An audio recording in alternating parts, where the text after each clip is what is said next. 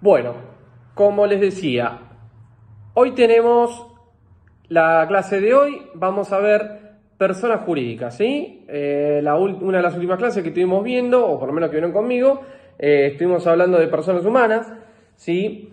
Hoy nos toca por contraposición a la persona humana, las personas jurídicas, y vamos a ir viendo en el trayecto de la clase, básicamente, qué es una persona jurídica, qué tipo de capacidad tiene, si es que la tiene, cómo comienza la existencia de la persona jurídica, qué clasificación le da la doctrina y el código, la ley, a estas personas jurídicas, cuáles son los atributos de la personalidad, porque recordemos que el hecho de ser persona nos va a dar la línea o la guía de que debe indefectiblemente tener atributos de la personalidad. Vamos a ver cuáles tiene y cuáles no con respecto a las personas humanas.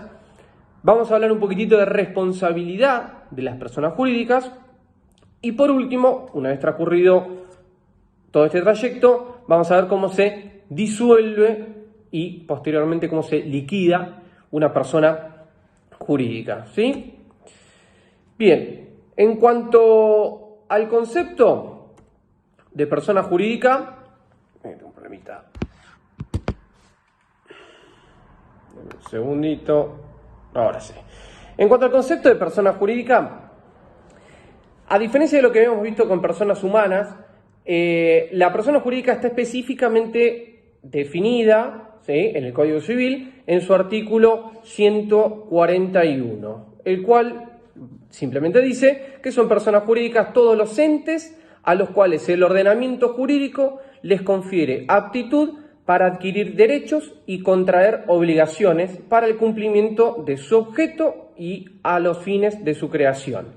En principio, si lo leemos medio rápido el artículo, encontramos muchas similitudes con el de personas humanas, ese concepto armado por la doctrina que tiene de personas humanas, ¿sí?, en esto de tener aptitud para adquirir derechos y contraer obligaciones, es exactamente igual que las personas, pero con la diferencia que acá el código me dice que simplemente van a ser personas jurídicas aquellas a las que el ordenamiento jurídico les confiere esa aptitud, cuando las personas humanas, ya por el hecho de ser persona, las tiene, ¿sí? Acá necesito que el ordenamiento jurídico me lo dé, ¿está?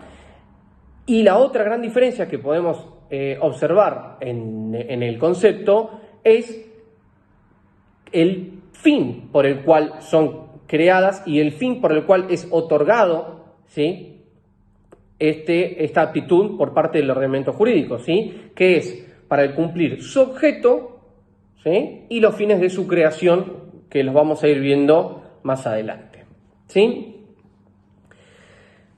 Como decíamos, una vez que se le confiere, ¿sí?, una vez que el ordenamiento jurídico le da esta aptitud, ¿sí?, para sus obligaciones y sus derechos, ¿sí?, empezamos a ver que empieza a nacer esta persona jurídica. ¿Y cuándo, a partir de cuándo existe? Desde su constitución, es decir, desde el momento en que una o dos o tres o cuatro o 100 personas, ¿sí?, o más, lo que la ley me pida, como mínimo, se juntan y dicen, a partir de ahora constituimos esta persona jurídica, empieza su existencia. Pero, no hay que confundirse con las que la ley me prevea alguna cosa en particular, ¿sí? Es el caso, vamos a ver ahora más adelante, de las personas jurídicas de carácter público, ¿sí?, en las que me van a pedir un requisito que es la autorización estatal. Es decir, si no necesito autorización estatal, si la ley no me expresa absolutamente ninguna condición, desde su constitución comienza la existencia, ¿sí?, de la persona jurídica. ¿Estamos? Este comienzo de la existencia se hace a raíz de un acto constitutivo, se llama, ¿sí?, o el acto fundacional, también lo van a encontrar por ahí, que es el que se le requiere, es que el ordenamiento requiere, ¿sí?, para poder darle validez, ¿sí?, o no, depende de estas características que damos, en las que requiere para poder comenzar a existir, ¿sí? En ese acto constitutivo, ahí es en donde se van a establecer los famosos estatutos. Seguramente lo deben haber escuchado, lo deben haber leído. Me dicen que se corta. A ver, vamos a arreglar un poquitito. You are now muted. You are now unmuted. A ver, ahí se escucha un poquito mejor. Ahí sí se escucha un poco mejor, seguimos. Ahí sí, bien, perfecto. Bueno, vuelvo entonces con lo del acto constitutivo. Decíamos que el acto constitutivo entonces es eso que me va a permitir comenzar la existencia de la persona jurídica, ¿sí? Es el acto fundacional de la persona jurídica y es el acto en donde se establecen todos los estatutos, ¿sí? Perdón, no todos los estatutos, sino todas las contingencias que va a tener el estatuto y todos los requisitos y todas las opciones que va a tener el estatuto, como vamos a ver más adelante. ¿Qué es un estatuto? Lo deben haber escuchado en otras clases, porque siempre hablamos de estatutos cuando hablamos de persona jurídica, ¿sí? Que son básicamente las reglas que va a llevar la persona jurídica que estoy creando. Es ese requisito que tiene el acto constitutivo, ¿sí? Para poder continuar con la existencia de la persona jurídica.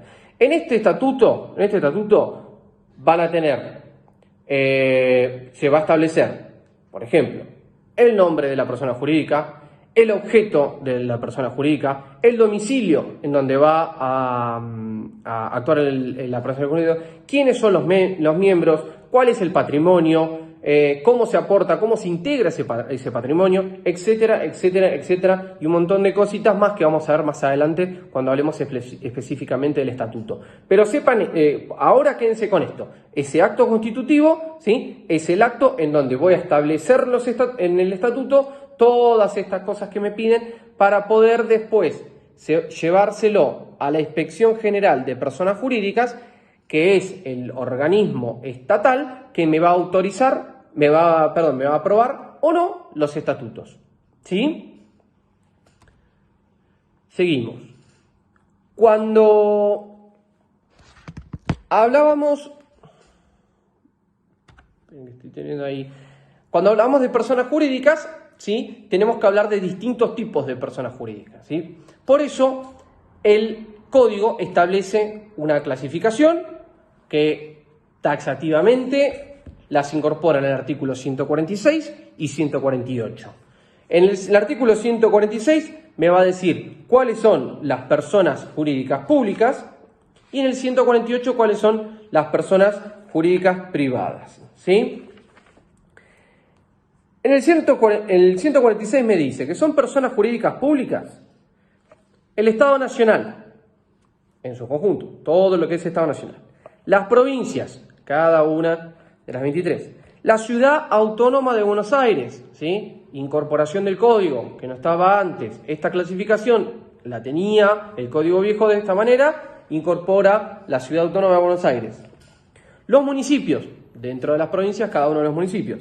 Las entidades autárquicas y las demás organizaciones constituidas en la República a las que el ordenamiento jurídico le atribuye ese carácter, ¿sí? Como primer punto. Como segundo punto me agrega los estados extranjeros, ¿sí? Uruguay, Brasil, Estados Unidos, Rusia, el estado extranjero que se imaginen, está dentro de la categoría de personas jurídicas públicas. Las organizaciones a que el derecho internacional público reconozca personalidad jurídica. Hoy está en boca de todos la Organización Mundial de la Salud.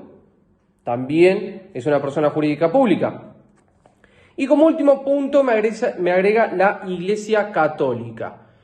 Párrafo aparte acá, la Iglesia Católica es persona jurídica pública, no el resto de las iglesias. Me van a decir, ¿pero qué pasa con la libre profesión y del culto y bla, bla, bla, bla? Está bien, pero no es que las otras iglesias, los otros cultos, no son personas jurídicas, no, son personas jurídicas pero privadas, porque así específicamente después me lo agregan en el 148, ¿está?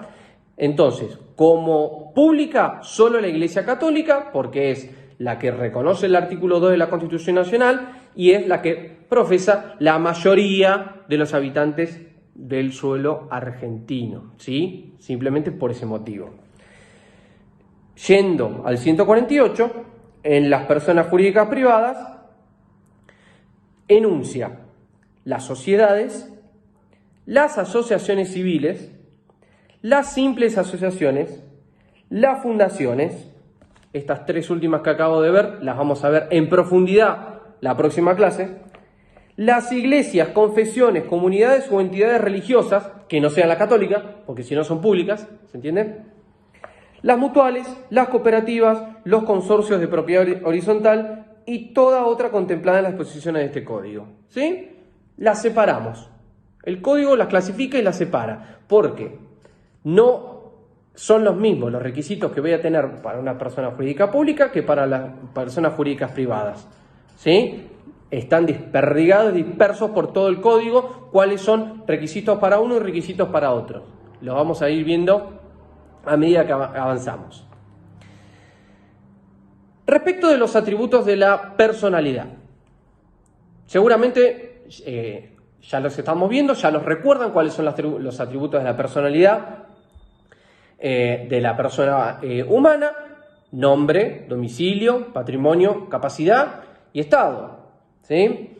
Bien, respecto a la persona jurídica, se entiende de que el único atributo de la personalidad que va a diferir con respecto a la persona humana es el estado, ¿sí? Porque yo no tengo un estado de padre, un estado filiatorio, un estado de lo que sea. La persona jurídica no lo tiene, pero sí la persona jurídica tiene y debe tener un nombre, ¿sí? Que el nombre simplemente es la designación, esa designación, esa identificación que va a tener la persona jurídica para poder distinguirla entre el resto. El artículo 151 me da todos los requisitos que necesito para poder poner un nombre, ¿sí?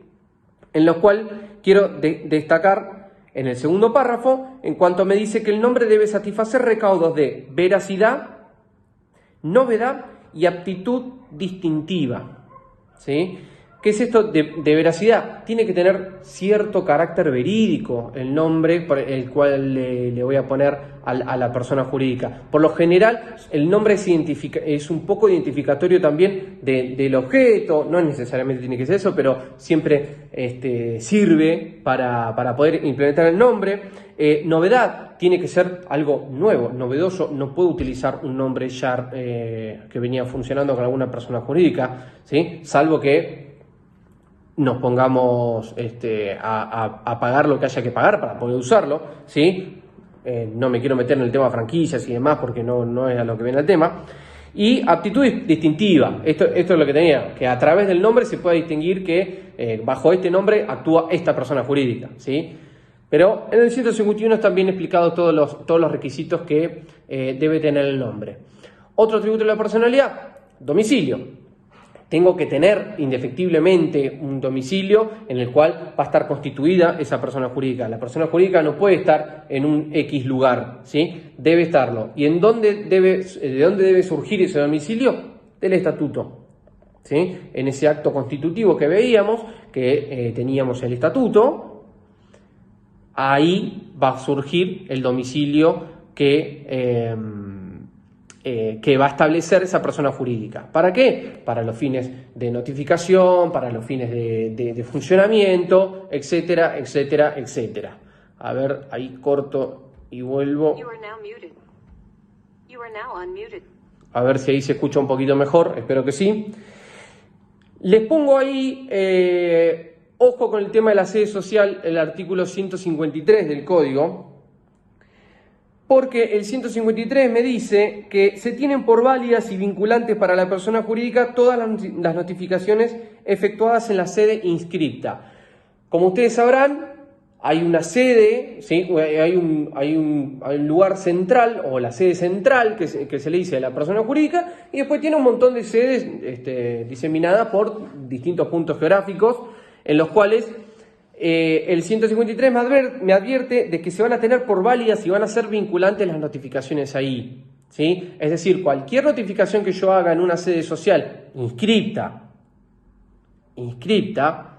va a tener validez, ¿sí? Va a ser válida y va a ser vinculante a los fines procesales de la persona jurídica. ¿Tá? Por eso les marco ahí en especial el 153. Otro de los atributos, el patrimonio, debe tenerlo indefectiblemente. No puede existir una persona jurídica sin patrimonio, como tampoco, más allá de ser un atributo de la personalidad, es una cuestión lógica de que una persona jurídica sin patrimonio no puede funcionar, ¿sí? Les marco ahí en el 154, lo dice claro cuáles son los requisitos del patrimonio, pero básicamente el patrimonio surge de la integración de que esos miembros que conformaron la persona jurídica, en principio, después van a ver que la integración de ese patrimonio puede ser puede venir por otros canales y por otros lados, pero en principio ese es el patrimonio que es con lo que va a funcionar la persona jurídica.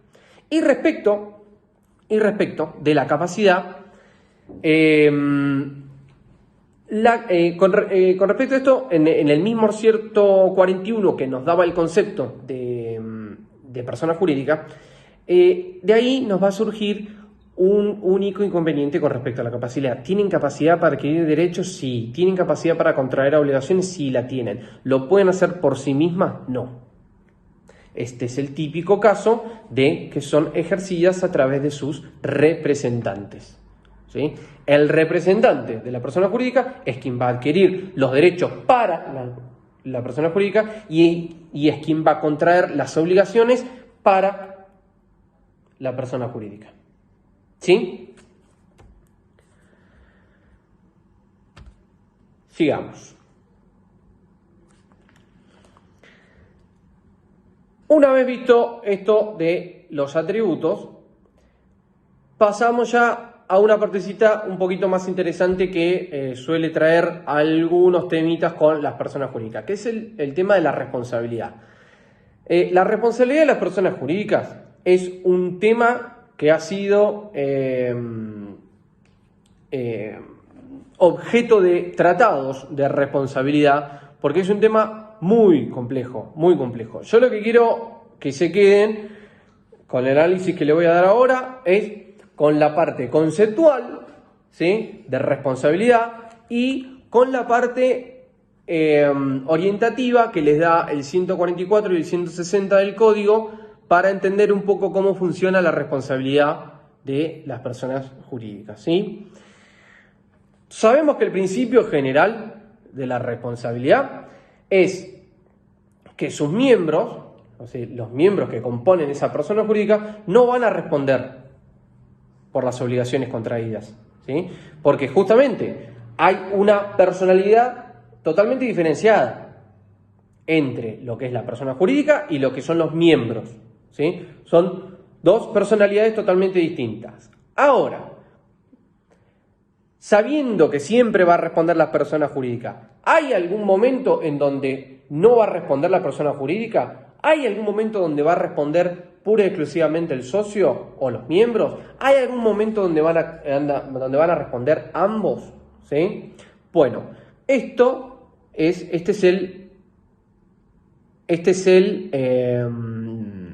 el conflicto que me plantea el artículo 144 y es también un poco lo que me plantea el 160. ¿Qué es esto de la inoponibilidad de las personas jurídicas? Como lo habrán visto en el programa. No les dije, pero Rivera trata todos los puntitos. Estos chicos lo tienen en Rivera perfecto desde la página 449 en adelante. Está en Rivera, está todo sacado de ahí, si necesitan buscarlo. Insisto con esto, si alguno no tiene Rivera, me escribe, me manda un mail y yo se lo mando, lo tengo en PDF, no hay ningún problema. Hablábamos de la inoponibilidad de las personas jurídicas. ¿Qué quiere decir esto? Sabemos que la persona jurídica tiene una personalidad distinta a la de cada uno de sus miembros, sus socios y demás, y esta no se puede oponer, ¿sí?, cuando utilizamos a la persona jurídica para un fin distinto, ¿sí?, para el cual fue creada y constituida, y para conseguir fines, ¿sí?, ajenos a ese objeto, violar la ley, el orden público, la buena fe, etcétera, etcétera, etcétera, en beneficio del miembro. ¿Qué quiere decir esto? Yo no puedo como miembro o como socio oponer esta personalidad diferenciada y decir, no, señor juez, a mí usted no me puede responsabilizar por esto, porque la responsable es la persona jurídica. Yo estoy actuando por la persona jurídica. Que haga la responsable a ella, no a mí. Y el juez me va a decir, no, usted está equivocado, porque usted utilizó a la persona jurídica, ¿sí?, para conseguir fines ajenos al objeto de la persona jurídica, para fines que están violando la ley, para fines que van a contrariar al orden público, para fines que van en contra de la buena fe en su beneficio, ¿sí? Esto es lo que van a encontrar y se hace llamar como la teoría del velo societario, que básicamente lo que dice es que esta teoría le da la facultad al juez para correr el velo que hay detrás de esa pantalla, ¿sí? Corre el velo y ve quién está detrás de todos esos fines que están violando la ley, el orden público y la buena fe, ¿sí? Y detrás de ello se encuentran los miembros. ¿Ah? Esto lo dijo la Corte en los fallos, lo van a ver, el más importante es Swift, hay 3 o 4 más, y después vinieron un montón de otros más, pero en el fallo Swift lo tienen ahí en Rivera, y si no ahora les paso viene el nombre del fallo. Lo dijo la Corte, lo recepta el 144 del Código Civil, la ley de sociedades ya lo preveía esto, así que simplemente lo que hizo el Código es mantener la teoría esta del velo societario y continuar con esto. Una vez que el juez descubre esta pantalla, ¿sí?, y le dice, discúlpeme, ustedes no me pueden oponer la personalidad diferenciada, le va a decir, usted va a responder de manera ilimitada y solidaria. Ilimitada y solidaria. Es una responsabilidad agravada, ¿sí? Es una responsabilidad agravada porque se van a tener que hacer cargo, si así lo entendiere el actor, de el 100% del perjuicio, ¿sí? No quiero perder mucho tiempo con esto de responsabilidad limitada y solidaria, porque cuando lo veamos en asociaciones y fundaciones lo vamos a ver más preciso. Pero quédense con esto de que es una responsabilidad agravada, es ilimitada y solidaria, surge del 144.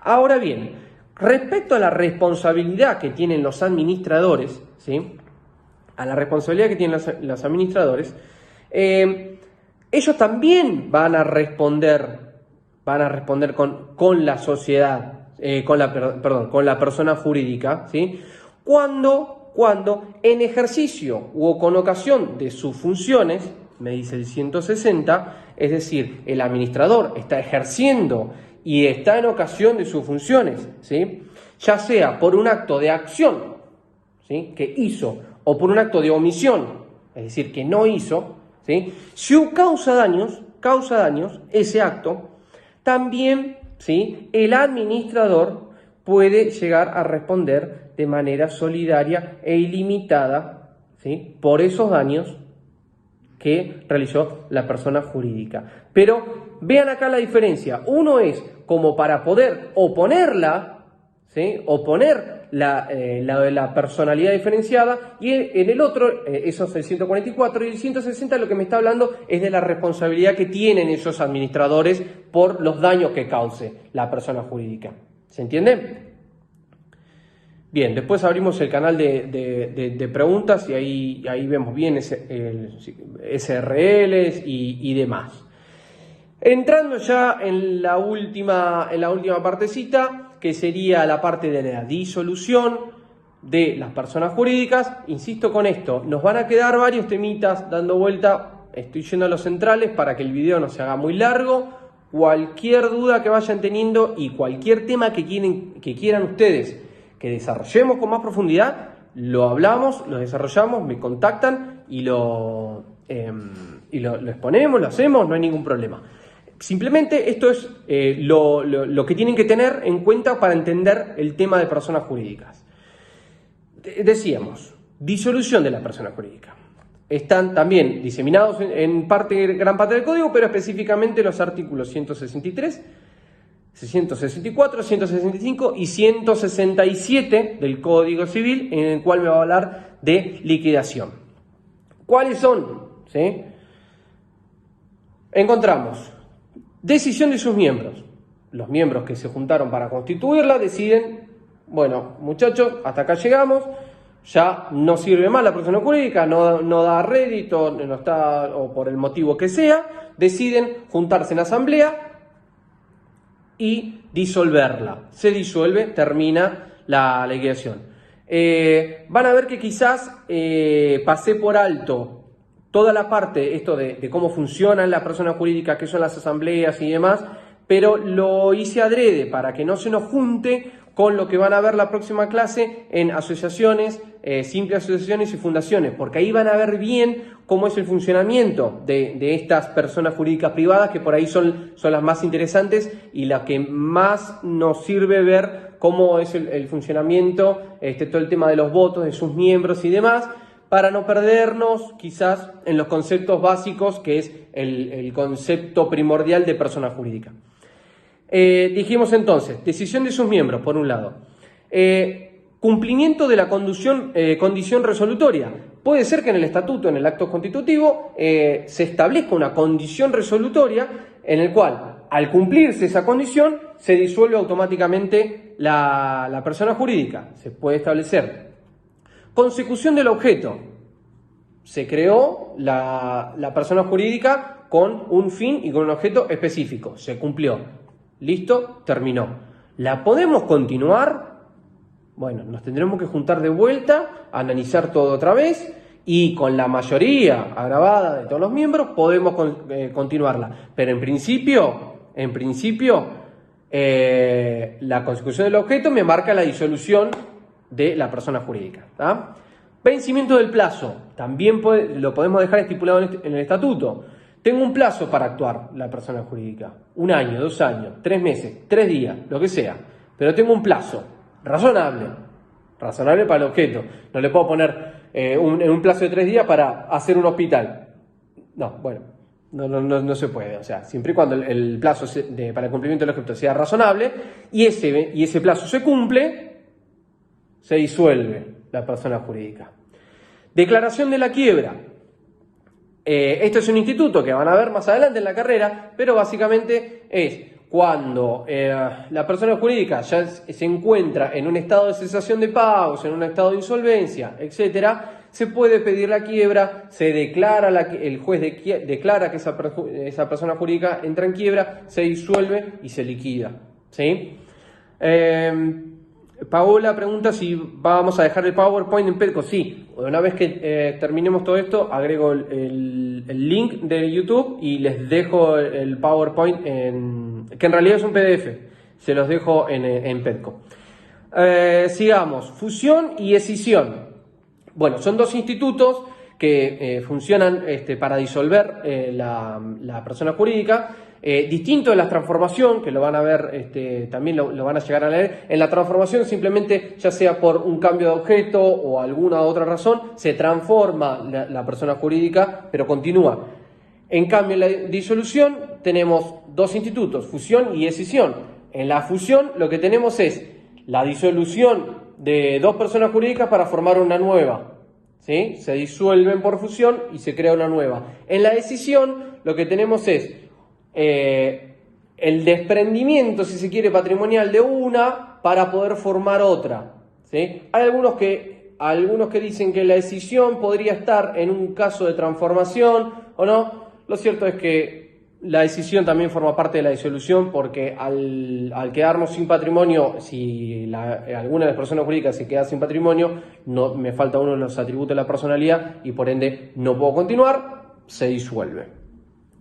Reducción a uno de sus miembros, salvo que la persona jurídica esté autorizada por ley para ser unipersonal, se disuelve. Si la persona jurídica necesitaba 2 o más miembros para funcionar y queda uno solo, ya sea porque se fueron, porque se retiraron, porque los echaron en asamblea o porque el motivo que sea, dejan de formar parte de la persona jurídica, se disuelve. Denegatoria o revocación firme de la autorización estatal. Esa autorización estatal que necesitaban algunas personas jurídicas para funcionar, puede ser de que me la denieguen, ¿sí? En la denegatoria lo que pasa es, a raíz del acto constitutivo, meto la inscripción y la autorización estatal, mientras dure ese acto administrativo, comienza la existencia, ¿sí? Pero me la deniegan. Chao, se disolvió la persona jurídica. En cambio, en la revocación es distinto. Ya tengo la autorización efectuada por el órgano estatal, estoy funcionando y por X motivo, por cualquiera que sea, el Estado me revoca esa autorización, ¿sí? Y se pasa a disolver la persona jurídica, ¿sí? Acotamiento de los bienes, es lo que hablábamos un poco hoy con el tema del patrimonio. No tengo más bienes para operar. Por el hecho que sea, tuve que salir a venderlos, tuve que salir a liquidarlos porque no tengo más liquidez. Me quedé sin bienes. Bueno, si no tengo bienes y no tengo forma de que se integren nuevos, ¿sí? Se terminaron los bienes, se disuelve. Causas previstas en el estatuto, recontra amplio. En el estatuto puedo poner las causas que quiera, siempre y cuando sean jurídicamente posibles y bueno, todo lo que tiene que tener el objeto, las causas estas previstas en el estatuto tienen que estar. Yo no podría ponerme a inventar causas que sean de imposible cumplimiento para disolver el estatuto, pero podría poner una causa de solución. No sé, si algún día nos encontramos en un estado de pandemia internacional, podría ser, tranquilamente, se disuelve la persona jurídica. Por último, tengo la disolución de la persona jurídica. El último acto que me queda es el del 167 del Código, que me habla de la liquidación. Una vez que se disuelve la persona jurídica, pasa a entra en etapa de liquidación, ¿sí? ¿Qué pasa en esta etapa de liquidación? Básicamente, se designa una persona llamada liquidador, ¿sí? Esa persona es designada por los miembros o puede ya estar designada previamente en el estatuto. ¿Quién va a ser el liquidador de una eventual liquidación ante una disolución de la persona jurídica?